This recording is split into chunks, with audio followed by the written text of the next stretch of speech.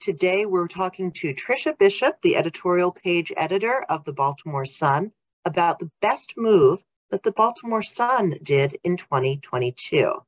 Now, Tricia, your best move really comes in the context of a lot of work that you've been doing over the past couple years to understand the Sun's role in sort of the racial makeup of the city and looking to connect with readers, journalists, and community members. Can you talk a little bit more about your best move?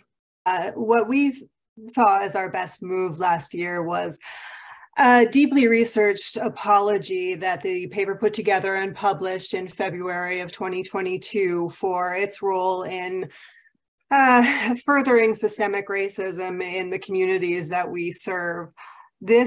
We saw this as a significant step in an evolution that we had been undergoing for maybe the last decade. Really took off since Freddie Gray's death in police custody in 2015, when a lot of institutions were turning a light on themselves to sort of look at their practices, both present and in the past, to see what they might have been doing or are still doing to contribute to the oppression of Black communities. How did you decide that this was the right thing to do at this time?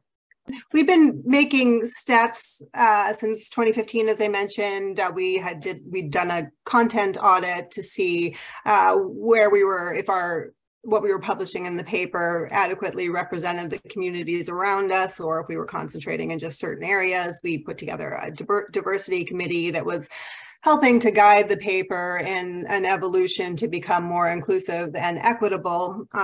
We created a cultural competency guide. We took some of these other steps. We had some outreach happening with different groups in the community to kind of talk about what ways we could improve, what things we might not be seeing, some of us in the paper. And then this really came about. There were calls from both within our newsroom and from organizations outside the newsroom to account for our own past. And our diversity committee really kicked things off, I'd say, in 2021.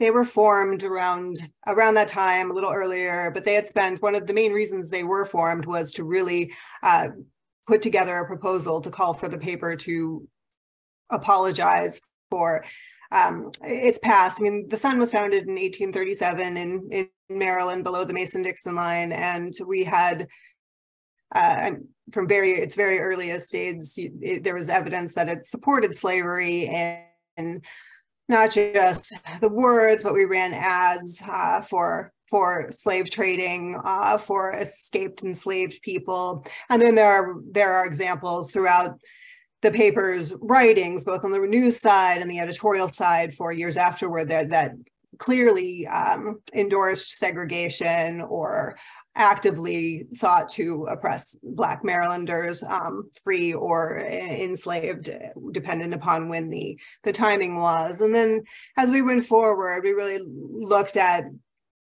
through the years, what else we had been doing, maybe not as blatantly as we did in early years, but it wasn't until the 1950s that the Sun hired its first Black reporters. It wasn't until 1970s until we hired a first Black woman reporter.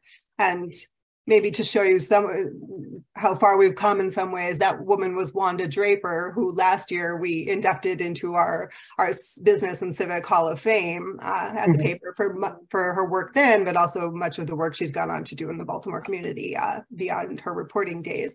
But so the apology then, we felt we really needed to put together something that laid out what our role had been. We, especially on the editorial board, we call on others to take responsibility for their actions, and we are constantly asking for change. It's only right that we do the same thing at the Sun.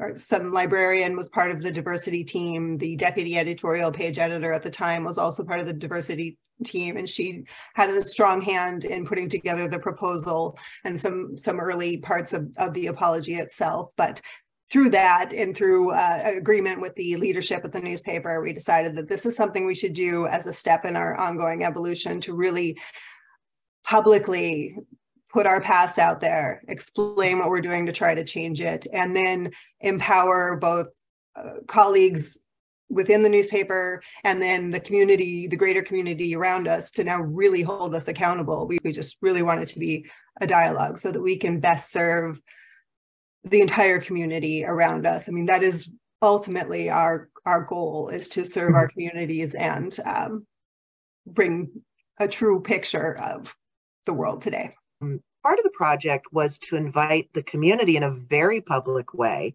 to weigh in. Tell me a little bit about that part of the process, because that is, I feel like that shows a lot of vulnerability. When we put the apology out, we knew that it was going to be, some of the feedback was going to be tough to see, that it was not going to be received necessarily well among every community member.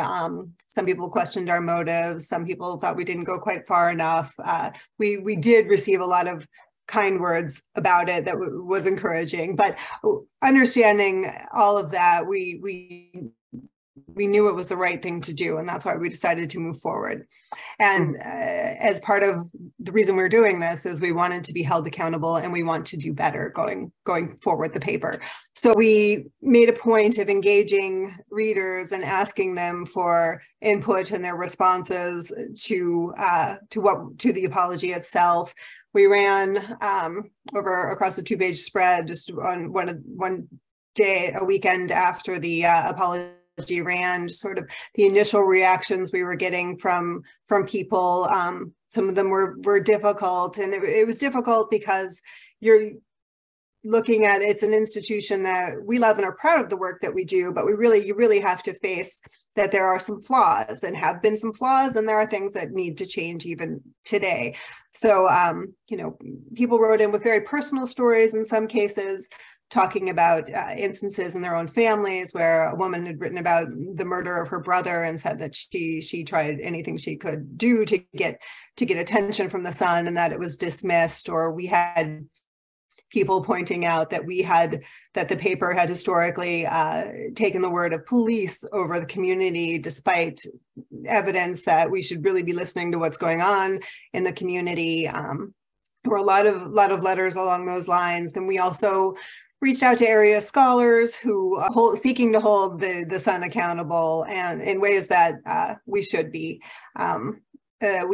We also partnered with the Maryland Lynching Truth and Reconciliation Commission to solicit information on a racial terror lynching that they were seeking to illuminate, and again did a dive into the Sun's archives to see what we had written at the time.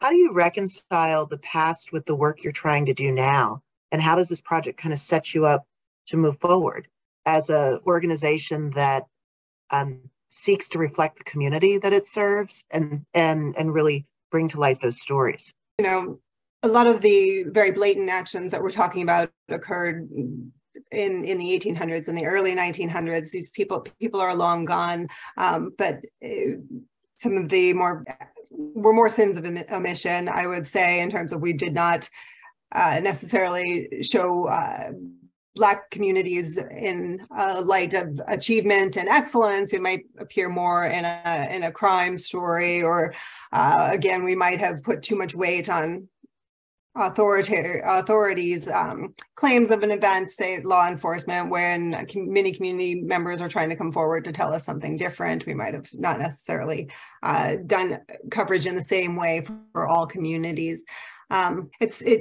We at Sun in particular, we our motto is light for all, and light is a disinfectant. So when we are kind of working from a baseline now, where we have put out what we have seen as our infractions in the past, we acknowledge them, we own them, whether we personally committed them or not. It's an institutional failure that we are seeking to redress. And so going forward, I think now that that's been put out there, we now expect, and that we've asked the community to hold us accountable, we now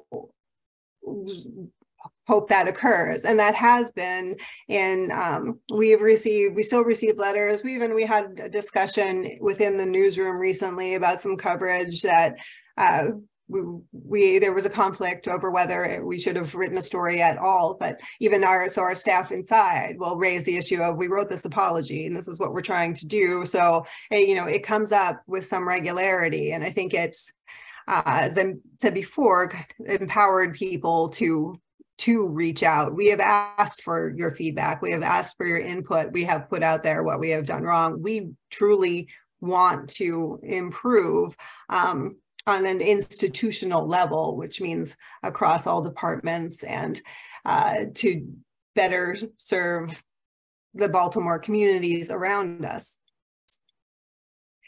It sounds like you have sort of taken that piece and used it almost as a standard, so that it continues with you, and it wasn't just okay, we've apologized and now we've moved on.